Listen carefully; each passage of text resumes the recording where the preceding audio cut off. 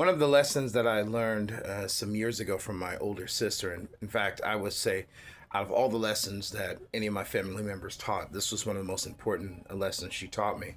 And she was saying, more specifically men, but it applies to all adults, is that when you commit to something, when you give your word, it's very important that you commit to your word, because if you make a promise and you start breaking your promise and you make that a regular practice, eventually people are not going to believe you.